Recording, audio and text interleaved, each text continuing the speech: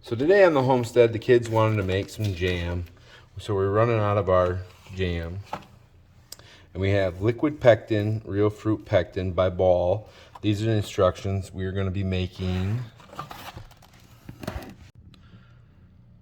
We're going to be using the recipe for raspberry or loganberry. Crush 1 layer at a time using a potato masher. 4 cups of crushed berries, about 6.5 cups of sugar. But we're going to use mixed berries. As you see here, we're using mulberries, some strawberries, and some wild black raspberries that we've picked, and they're left over from our refrigerator last year. We've already put 4.5 cups of sugar in here. We need to add 2 more cups of sugar.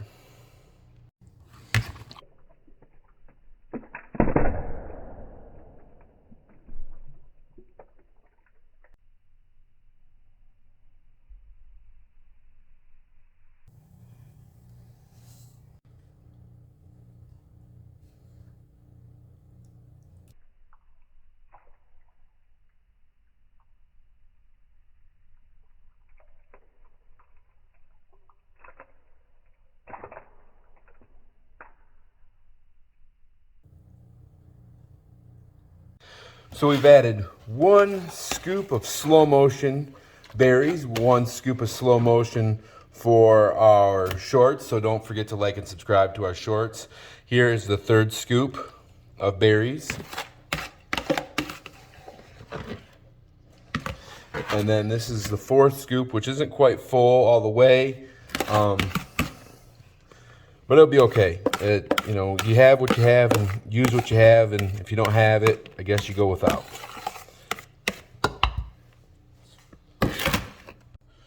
So now just go ahead and turn this on high heat.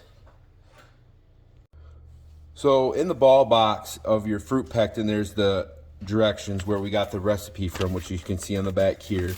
So on the other side, it says make your jams or jellies, and it gives you directions on how to do it. This says here, prepare your water bath canner, but we're not going to use water bath. We're going to make this and put it into the freezer. I'm not going to read this for you because I'm going to spare you the stuttering. So just go ahead and put this on a high heat and stir it. Just mix it in well. Be patient with it. Don't leave it. Just stir it in. And I remember when I was making jams and jellies when I was in 4-H with my mom and my grandma. Follow the directions as closely as you possibly can, because we made some where the sugar was off a little bit and we didn't have enough pectin, and the stuff didn't set. It never set. It was just liquid. But on the package, I'll show you that, it has at the bottom, it says remake instructions for cooked jams and jellies. And then it just gives you a quick little tidbit right here how much sugars and pectins to add to each individual jar to fix your mistake.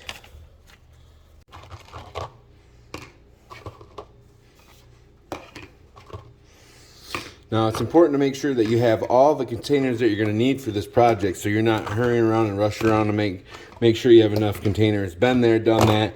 It's not fun because you end up with a sticky, clingy mess. So make sure you have all the containers you need all lined up and ready to rock and roll.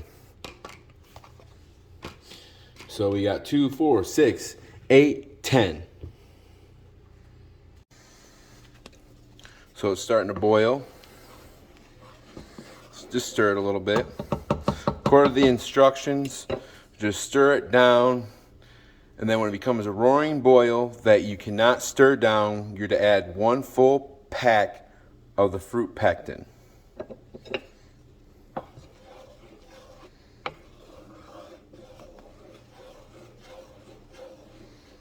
And I really wish you could smell this. So right now it's a roaring boil that we can't stir down. So you add 1 pack of the fruit pectin. Full thing. Make sure you add it all in there, because like I said, if you don't, it's not going to turn out. And then for 1 minute. Make sure your bowls are nice and clean. Then you start ladling it in.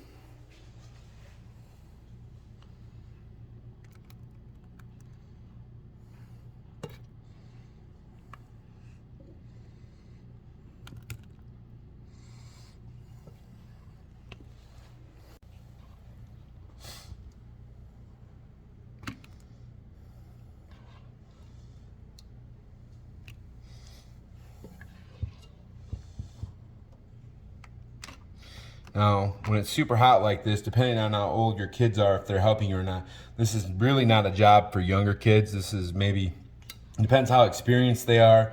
If they're like 12 years old and they've been in the kitchen with you for a long time helping you do things, they'll be all right. But if they're not experienced in the kitchen, do not let them do this.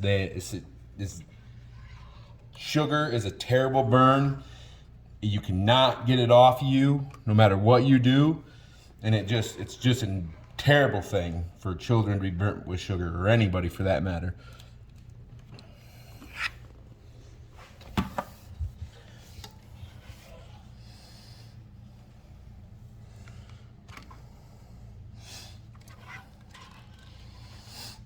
Just wrapping it up right here. Looks like we probably have about 8.5 maybe bowls.